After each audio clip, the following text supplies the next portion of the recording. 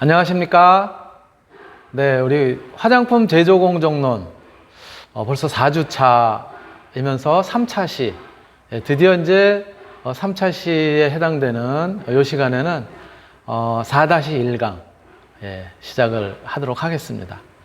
네, 앞에서도 말씀을 드렸지만은 원래는 월요일부터 1강이 시작돼야 되겠지만 우리 3일절에 쉬었기 때문에 오늘 이 시간 3차 시가 돼서야 드디어 4-1강 시작하게 됐습니다.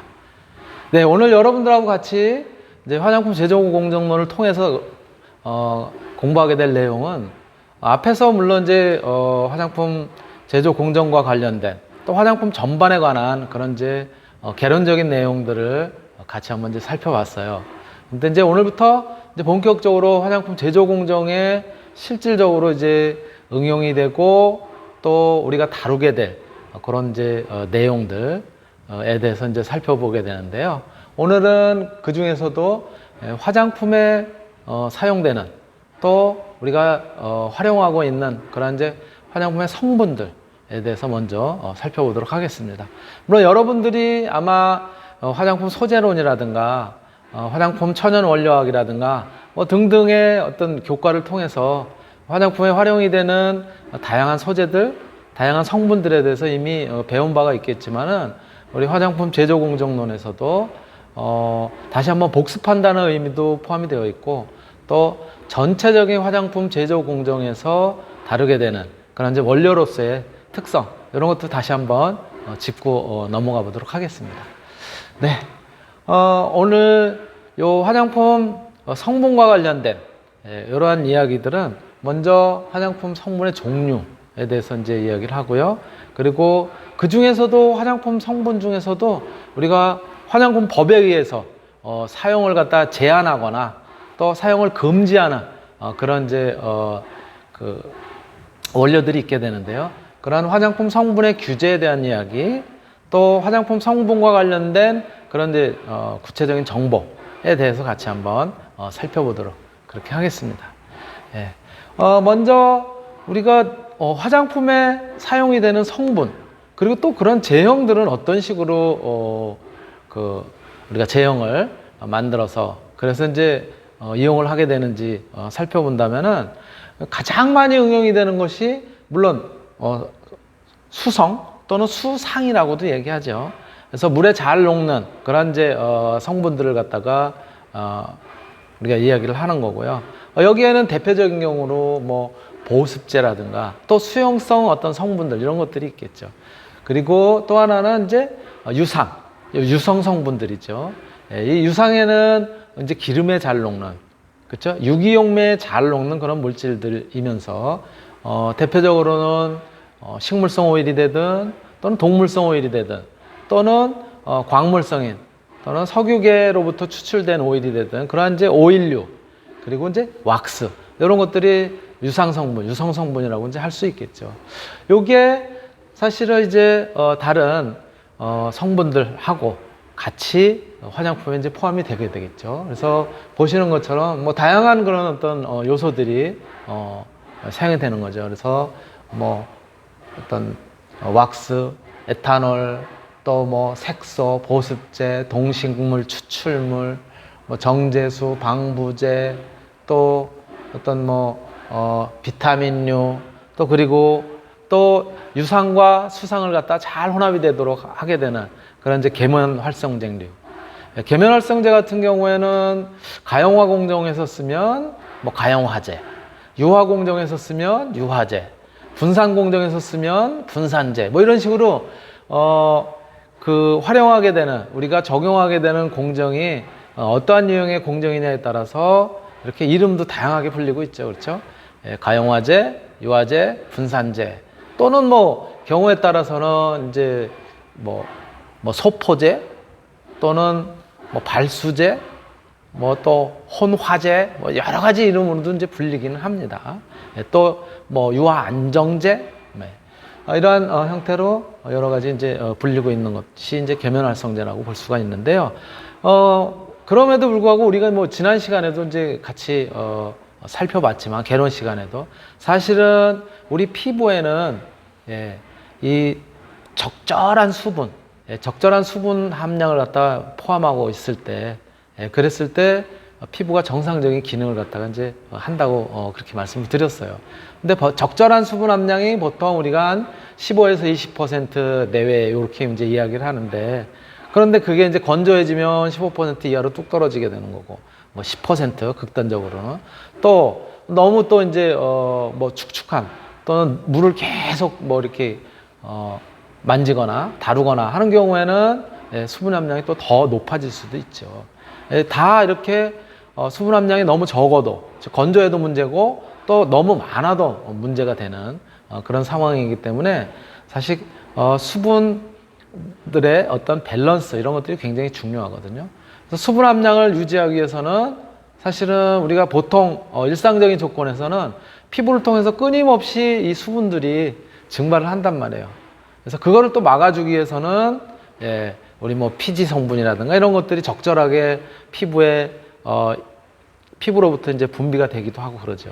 그러면서 피부가 가지고 있는 수분, 또 피지 성분, 그리고 우리 체내에서 분비가 되고 있는 유화제, 유화 성분들이요, 계면활성 성분을 가지고 있는 이런 것들이 적절하게 어울려서 피부에 어떤 유화막을 형성을 하고 이 수분이 증발하는 것들을 막아주고 그런 거죠. 그래서 수분이 부족할 때는 수분을 공급하고, 그렇죠? 또 수분이 증발하는 것을 막아주기 위해서는 유분을 또 공급하기도 하고, 이러한 것들이 사실은 이제 전체적으로 유수분 밸런스라고 하는 측면에서 굉장히 중요하다라고 하는 점을 또 앞에서도 여러 차례 말씀을 드렸습니다. 그런 의미에서 우리 화장품 성분 중에서 가장 중요한 그런 이제 성분들이라고 얘기할 수 있고, 또 이런 것들을 바탕으로 해서 우리가 이제 제형을 그야말로 가용화로 만들 것이냐 아니면 유화 제형을 만들 것이냐 뭐 이런 것들을 이제 고민하게 되는 것이죠. 네, 그렇다면 화장품에 사용이 되는 성분들, 그러한 성분들은 우리가 어떻게 그게 나누어 볼 수 있느냐? 기능적으로 우리가 이제 한번 분류를 해본다면, 조금 전에 말씀드렸던 것처럼 대분류로 분류를 한다면은 크게는 수성 원료, 수상 성분들이죠. 그리고 유성 원료, 유상 성분들이에요. 이렇게 크게 두 가지로 나눌 수가 있죠.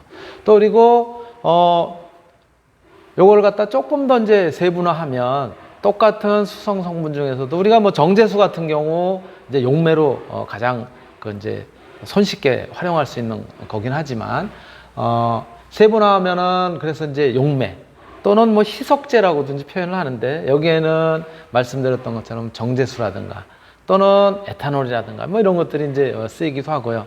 또 경우에 따라서는 예를 들어서 WO형 어떤 뭐 유화 제품을 만든다. 이럴 경우에는 오일상이 사실은 어떤 용매처럼 그렇게 이제 그 많은 비율을 갖다 차지하는 경우도 있기는 하죠. 용매가 있고요. 그 다음에 이제 오일, 지금 말씀드렸었던 뭐 WO 타입의 이런 경우에는 오일이 용매 역할도 이제 하게 되는데, 오일의 뭐 이제 주된 목적은 아까 말씀드렸던 것처럼 수분을 증발하는 것을 갖다 이제 방지를 하는 그런 역할도 있고, 또 이제 피부를 갖다 유연하게 해주는, 부드럽게 해주는 그런 또 역할도 하게 되죠. 그래서 유연제로 쓰이는 그런 이제 쓰임새가 오일의 특징이라고도 볼 수 있으면서, 그 오일의 종류에는 뭐 식물, 또 동물, 또는 이제 광물로부터 얻어진 그런 이제 오일류들이 있을 테고요. 이런 것들이 이제 액체상을 이루면서 똑같은 유상이면서도 액체 상태의 오일이 아니라 고체 상태의 오일류, 즉 유지류, 이걸 우리가 또 다른 말로는 뭐라고 얘기하냐면 또 왁스라고 또 표현을 하죠. 그래서 왁스는 이제 반고체 형태 또는 뭐 고체로 분류하기도 하지만요, 이렇게도 이제 표현을 하고, 또 유연제로 마찬가지 오일과 같은 그런 또 기능을 하는 유연제로도 이제 활용이 되고 있죠. 그래서 세 분류에 보면은 가장 많은 용매류, 그리고 오일, 왁스, 그리고 이 용매류 중에 가장 널리 쓰이는 정제수라고 하는 건 이제 수상 성분이에요, 그렇죠? 수성 성분이고, 오일이나 왁스 같은 경우는 이제 유성 성분이란 말이에요. 얘네들을 잘 혼합을 해서 균일상으로 만들기 위해서 이제 활용을 하는 것이 역시 이제 계면활성제인 것이죠. 이것이 가용화 공정에서 쓰면 가용화제, 유화 공정에서 쓰면 유화제, 분산 공정에서 쓰면 분산제라고 이제 아까 말씀을 드렸고요. 또 이 계면활성제의 어떤 그 용도, 또 역할로서 세정의 역할이 크다 그럴 때는 또 뭐 세정제로 이렇게 부르기도 하고요. 또 아까도 제가 뭐 잠깐은 언급을 했지만은 얘네들이 뭐 이를테면 뭐 예를 들어 가지고 이 계면활성제 특성으로서 세정의 역할뿐만이 아니라 거품을 갖다가 줄이는 역할을 한다. 그러면은 뭐 그때는 또 소포제 뭐 이런 식으로도 표현을 합니다. 또 뭐 거품을 많이 내도록 하는 역할을 한다. 그러면 또 발포제 뭐 이런 식으로 이제 표현을 해요. 이렇게 계면활성제가 어떤 유상 그리고 수상, 수상과 유상을 갖다가 잘 혼합하도록 또 그러한 과정에서 여러 가지 기능을 하도록 이렇게 이제 쓰이고 있고요. 그리고 수분을 갖다가 조금 더 피부 내 수분을 갖다가 좀 더 오랫동안 유지하는 그런 역할을 주변에 있는 수분을 막 끌어당기면서 그런 역할을 하는 것이 이제 보습제인 것이죠. 그래서 우리 보습제로서 가장 여러분들이 쉽게 알 수 있는 것이 소위 히아루론산이라고 하는 것이 이제 보습제로 쓰이고, 그 다음에 글리세린이라든가 부틸렌글라이콜 뭐 이런 것들도 보습제로도 쓰이고 있죠. 그래서 보습제로서 가장 대표적인 것이 이제 글리세린 들 수 있고요. 또 소위 이제 폴리올 계통이라고 하는 다크 알코올 계통이죠. 뭐 그런 것들이 쓰이고, 그 다음에 이제 고분자 물질로서는 마찬가지 점도를 갖다가 조절하는, 우리가 사용감을 갖다가 우리 좋게 하는, 그렇죠? 뭐 사용감, 발림성 뭐 이런 식으로 이제 표현을 하는데, 좋게 하는 그런 성분 중에 하나가 이제 바로 고분자 물질로서 이제 점도 조절제 이렇게 이제 표현을 하는 것이죠. 또는 이제 피막 형성제 이렇게도 이제 이야기를 하죠. 그래서 다양한 유형의 고분자 물질들이 이제 쓰이고 있고요. 그래서 뭐 PVA도 쓰이고, 그렇죠? 여러분들 아시는 것처럼 또 뭐 잔탄검류 같은 이런 것들도 쓰이고요. 그래서 천연 고분자 물질도 쓰이고 또 합성 고분자 물질 뭐 이런 것들도 이제 쓰이고 있죠. 또 색소류에는 우리가 이제 적절한 미화를 하기 위해서, 그렇죠? 밝게 보이도록 하고 용모를 밝게 보이도록 하기 위해서, 또 그리고 매력 있게 보이게 하기 위해서는 이제 미화를 갖다 이제 하게 되는데, 그 미화를 하는 용도로는 역시 색소들이 이제 사용이 된단 말이에요. 예를 들어서 소위 포인트 메이크업이라고 하는 입술을 좀 더 밝게 보이고, 소위 뭐 요즘 얘기하는 섹시하게 보이게 하기 위해서 좀 색깔을 갖다 다양한 색깔로 쓰인다라든가, 눈을 갖다 좀 더 크게 보이고 선명하게 보이게 하기 위해서 눈화장하는데, 이런 데는 주로 이제 색소류들이 이제 활용이 되는 것이죠. 이 색소류 중에는 우리가 먹어도 지장이 없는 식용색소라든가, 또는 이제 일부 안료 뭐 이런 것들도 이제 활용이 됩니다. 그리고 전체적으로 아무래도 그 미생물이라든가 어떤 그 박테리아라든가 세균류들이 먹이로 활용이 되는 그런 그 탄소화합물들, 탄화수소류 계통이죠. 오일이라든가 왁스라든가 이런 유성 성분들이 많이 그 화장품에는 포함을 하고 있기 때문에 미생물들이 많이 번식을 할 수 있어요. 그래서 그러한 번식을 갖다 막기 위해서, 즉 부패를 막기 위해서 방부제들도 이제 쓰이고 있고, 여러분들이 뭐 많이 아는 것 중에 하나가 이제 파라벤 계열의 이런 메틸파라벤, 뭐 부틸파라벤 이런 것들이 다 이제 방부제로 또 쓰이고 있기도 하고요. 그렇죠? 또 이제 적절한 향취를 갖다가 줌으로써 우리가 조금 더 화장품에 대한 이미지를 갖다가 또 느낌을 갖다가 좋게 하는 그런 목적으로 쓰이는 것이 이제 향료란 말이죠. 그래서 천연향료 또는 합성향료 이런 것들이 이제 쓰이고 있고요.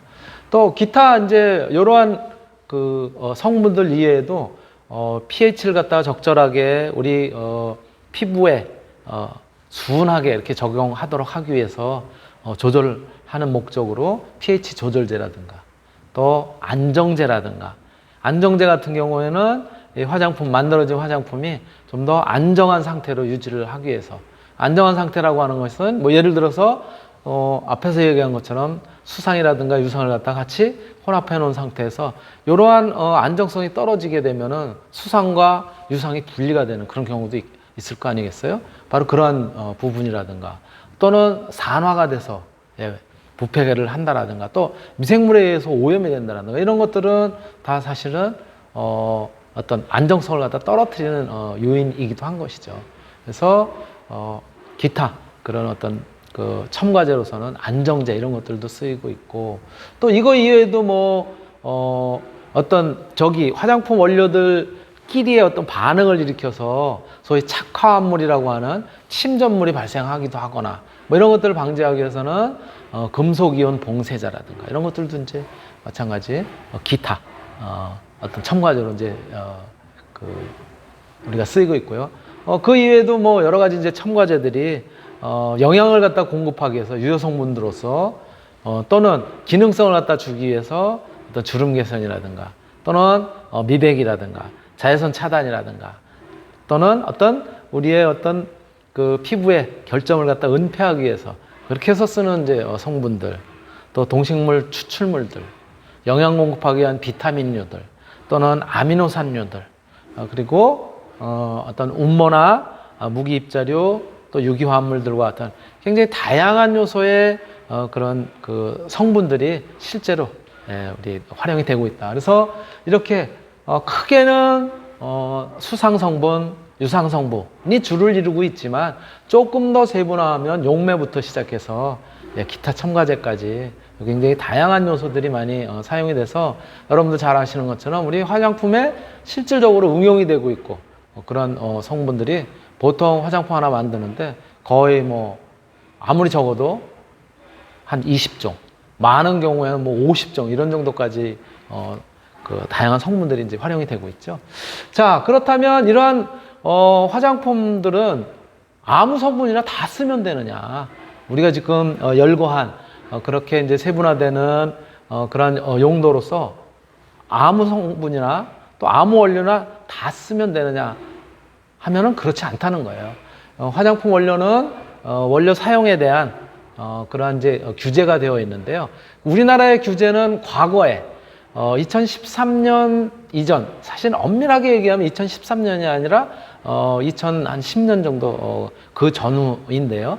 그 전까지는 뭐였었냐면은 포지티브 리스트였었어요. 포지티브 리스트라는 건 뭐냐면 그 어떤 목록을 주고 요것은 쓸 수 있다. 요러요러한 원료들은 쓸 수 있다. 이렇게 이제 표현되어 있는 것이 긍정적인 측면에서 포지티브 리스트 이렇게 이야기를 하고요.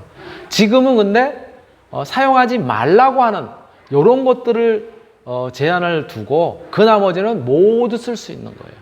그래서 사용하지 말라고 하는 규제를 뒀기 때문에 네거티브 리스트라고 얘기를 하고 네거티브 규제라고 얘기를 합니다. 지금은 그래서 사용이 제한되거나 또는 사용이 금지되거나 이런 것들을 제외하고는 다 쓸 수 있는 그런 형태로 이제 바뀐 거죠. 이게 특히 화장품법에서 2013년에 거의 틀이 완전히 갖춰졌고요.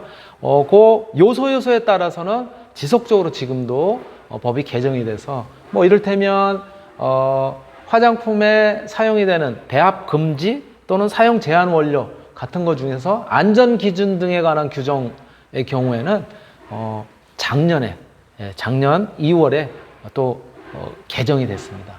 그래서 식품의약품안전처 고시로서 개정이 돼가지고 사용할 수 없는 원료를 갖다가 쭉 표로 나타냈어요. 그래서 별표 1에 그 기재가 되어 있고요. 굉장히 많은 원료들이 이제 여기에 들어가 있고요. 사용상 제한이 필요한 원료도 있어요. 어느 정도까지 써야 되는지. 이런 것들은 이를테면 살균 보존제 성분들, 소위 얘기하는 보존제 성분들이죠. 그 다음에 자외선 차단 성분이라든가 또 뭐 그 이외에도 여러 가지가 제한이 되어 있는 그런 원료들이 있고요. 또 화장품의 색소라든가 색소의 종류, 또 그 기준, 또 시험 방법 이런 것들도 마찬가지로 식품의약품안전처 고시로 고시가 되어 있고요. 특히 화장품에 사용이 되는 타르 색소, 56종, 그리고 그 이외의 색소도 45종에 전체 합해서 한 101종에 대해서는 분명하게 예, 그 색소에 사용할 수 있는 그런 것들이 아예 이제 고시가 되어 있어요. 그 이외에는 요 경우에는 이제 쓰지 않도록 되어 있는 거죠.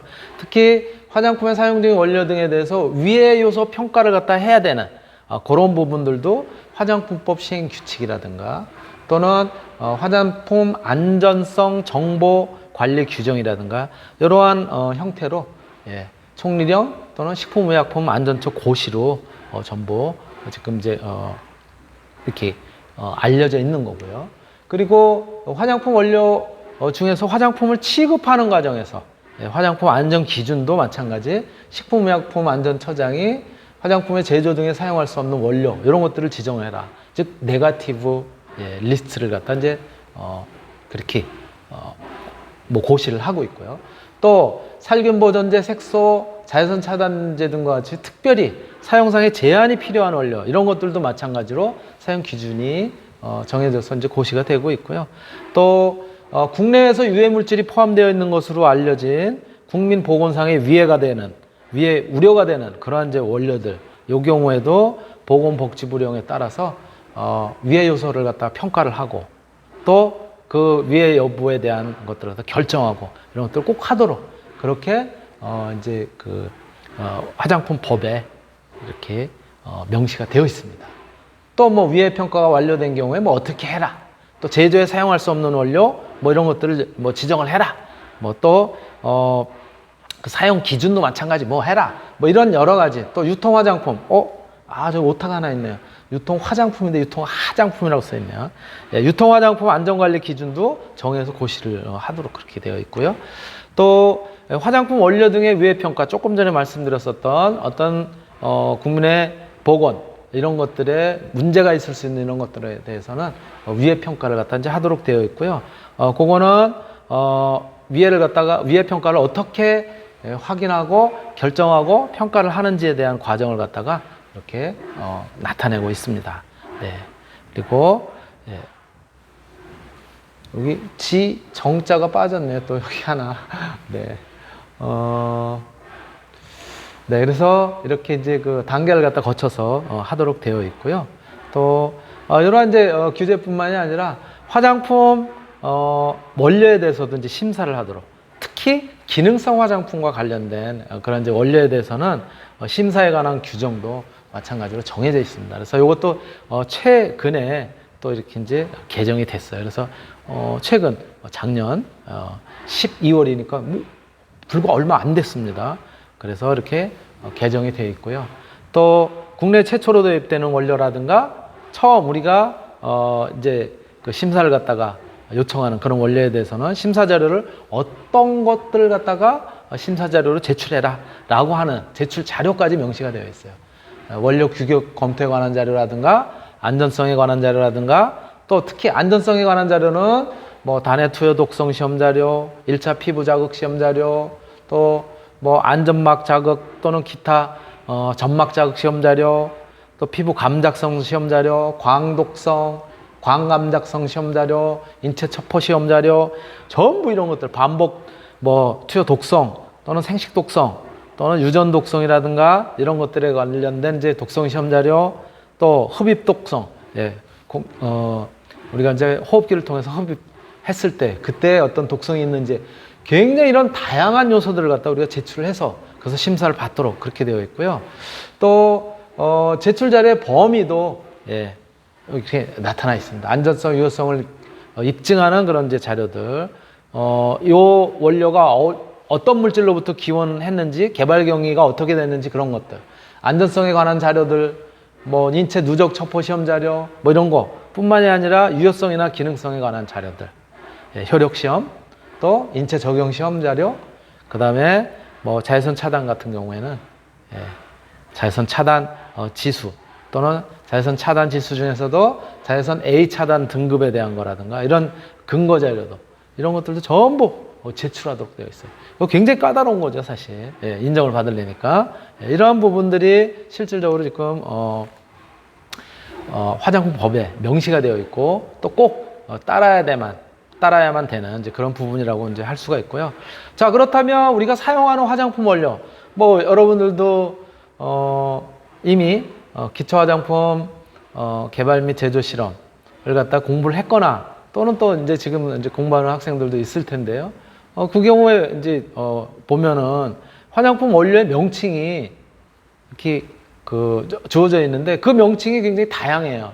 그렇죠? 통상적인 명칭을 쓰기도 하고 또 어떤 경우에는 뭐 회사에서 자기네들이 파는 그런 화장품 상품명을 쓰기도 하고 어떤 경우는 또 뭐 국제 화장품 원료 기준에 의한 뭐 그런 것들을 쓰기도 하고 그렇단 말이에요. 그래서 화장품의 원료의 명칭은 크게 이런 유형으로 나눠져 있습니다.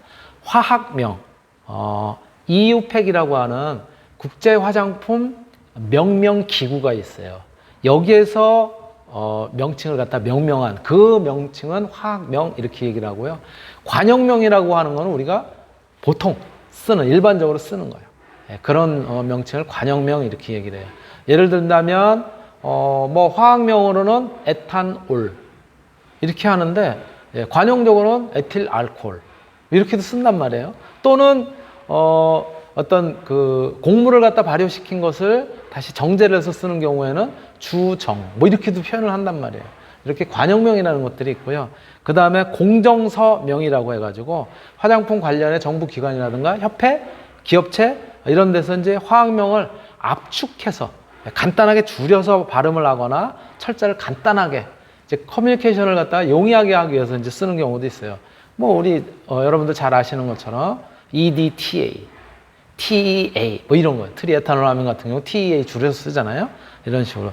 또 영어 화장품 성분명의 경우에는 국제 화장품 원료 명이라고 하는 그러한 명칭 International Nomenclature of Cosmetic Ingredients Name 해서 줄여서 INCI 명 이렇게 이제 표현을 합니다. 요거는 국제 화장품 원료집이라고 하는 도서에 수록이 돼 있는 것을 갖다 얘기를 하고요. 한글 화장품 성분명의 경우에는 INCI 명을 갖다가 한글화 해가지고 부르고 있고요. 또 상품명으로 쓰는 경우도 있죠. 회사마다 똑같은 그런 물질인데도 불구하고 상품명을 갖다가 이제 등록 상표로 붙여서 이제 이렇게 사용을 하기도 합니다. 네, 화장품 원료의 명칭은 조금 전에 말씀드린 것처럼 이렇게 화장품 원료집이라고 하는 국제 화장품 원료집이라고 하는 소위 줄여서 ICIT 즉 화장품 원료집, 화장품 원료 백과사전이라고 하는 형태로 이렇게 책자로 나와 있어요. 참고를 하시면 좋을 것 같고요. 또 화장품 원료 명칭은 이렇게 우리가 국제적인 화장품 원료 명칭을 갖다가 규정하고 있는 이런 이제 인터넷을 통해서도 우리가 검색을 할 수가 있고요. 요거 최근에는 이제 돈을 받더라고요. 또 우리나라에서 INCI 명칭을 갖다 검색할 수 있도록 우리나라에서도 이렇게 ICID 명칭을 검색하는 그런 사이트들이 개설이 되어 있습니다. 그래서 이런 사이트 여러분들 자료에도 올라가 있으니까 활용을 하시면 될 것 같고요.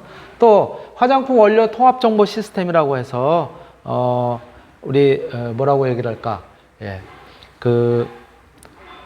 화장품 원료 화장품 협회에서 만든 그런 이제 사이트가 있으니까 그런 사이트를 통해서도 우리가 화장품 원료 통합 정보 시스템을 통해 가지고도 우리가 원료 명칭이라든가 이런 것들을 검색을 할 수도 있습니다.